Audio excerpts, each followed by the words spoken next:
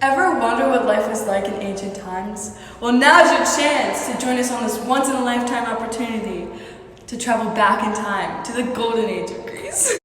Our first stop is the Acropolis. It is home to the remains of ancient buildings, the greatest being the Parthenon. In later years, the buildings were replicated and devoted as a tribute to ancient temples and other buildings. Athenians did not build palaces, but they built temples, which leads us into the Temple of Hera and the Temple. The Temple of Apollo was home to the famous oracle of Apollo, which gave the cryptic predictions and guidance to city-states and individuals. The Temple of Hera was built in Olympia, Greece. It was named after Hera, the queen of the Greek gods. Our next stop is taking a look at some of the amazing pieces of artwork and sculpting created during this time. Although most of the artwork and sculptures have been destroyed or lost over time, the pieces left still paint a picture of what life was like back then.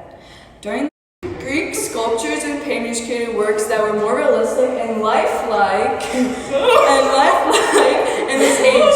Throughout the classical period, Greek sculptors were also involved with a variety of monumental architectural projects. For example, artists such as Phidias and the unidentified Olympian master created stunning images at the Parthenon and the Temple of Zeus, depicting presentations of the gods.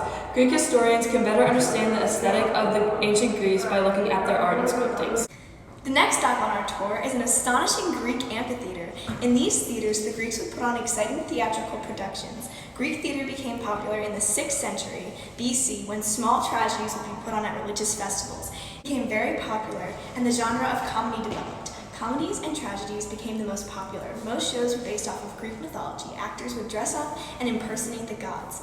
They would be performed in open-air theaters like this one. They were also called theatrons, but most often referred to as amphitheaters.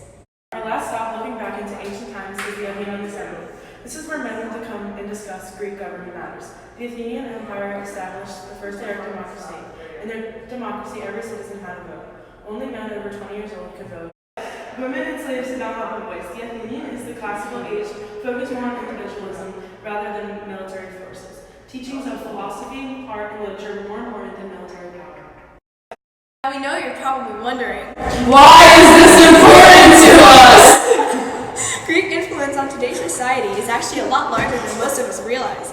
Greeks shaped theater and comedy as we know it today. They also have had a heavy influence on modern architecture. You can find examples of Greek architecture in major cities all around the world. Not only are they involved in the arts and architecture, but they also have played a large role in the development of our government systems. Athens developed a stable democracy, which is a common form of government used around the world. They would gather at the assembly to discuss government matters, similar to our Congress today. Overall, the Greeks played a large role in shaping our culture and society.